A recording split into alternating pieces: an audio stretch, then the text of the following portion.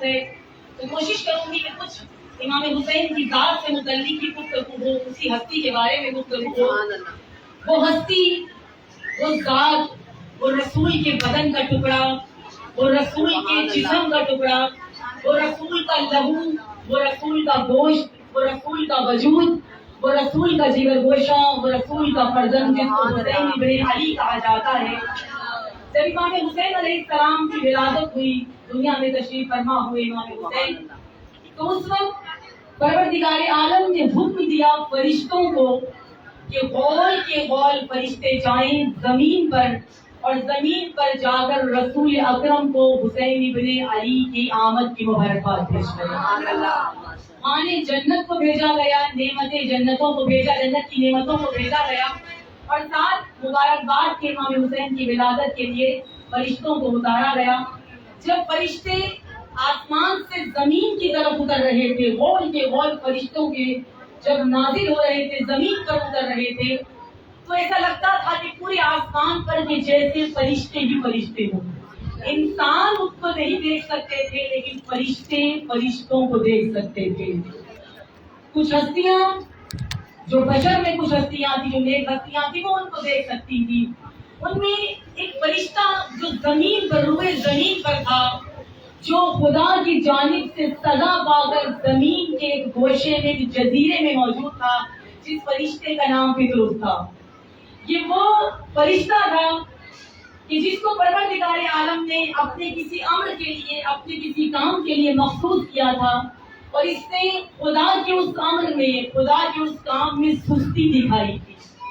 ہم نہ جانے کتنے الہی کاموں میں سستیاں دکھاتے ہیں، جن میں سے سب سے اہم کام یہ مبلغ، یہ تبلیغ کرنا، جس پر سب سے زیادہ سستی ہم شیعہ مومنین سارے کے سارے دکھاتے ہیں۔ اس نے اللہ کے کسی کام میں سستی دکھائی، اور روایتیں کہتی ہیں اس سستی کی وجہ سے پروردگار عالم نے اس کو سزا دی کہ اس کے پروں کو اس کے وجود سے ہٹا دیا، اس کے پروں کو نوچ دیا گیا، اور اب وہ اڑنے کے قابل نہیں رہا۔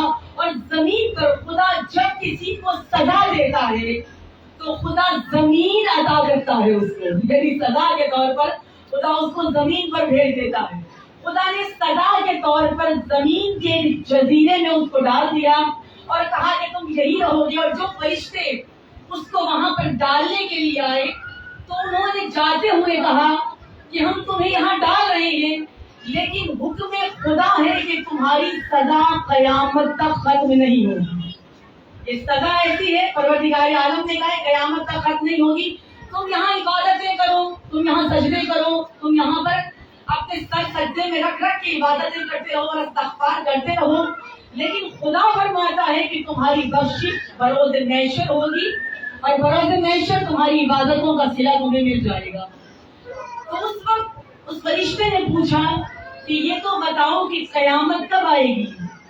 کہا کہ جس وقت تم دیکھو کہ آسمان سے فرشتوں کے غول زمین پر اتر رہے ہیں، اور فرشتے زمین کی جانب بڑھ رہے ہیں، اور تم چاروں طرف فرشتوں ہی فرشتوں کو دیکھو، تو تم سمجھ جانا کہ قیامت آ گئی ہے۔ اور پھر وہ وقت ہوگا کہ جب تمہاری بخشش کے لیے تمہیں لے کے جایا جائے گا۔ اب وہ وقت آیا کہ پطرس نے دیکھا کہ چاروں طرف فرشتوں کے جھنڈ ہی جھنڈ ہیں۔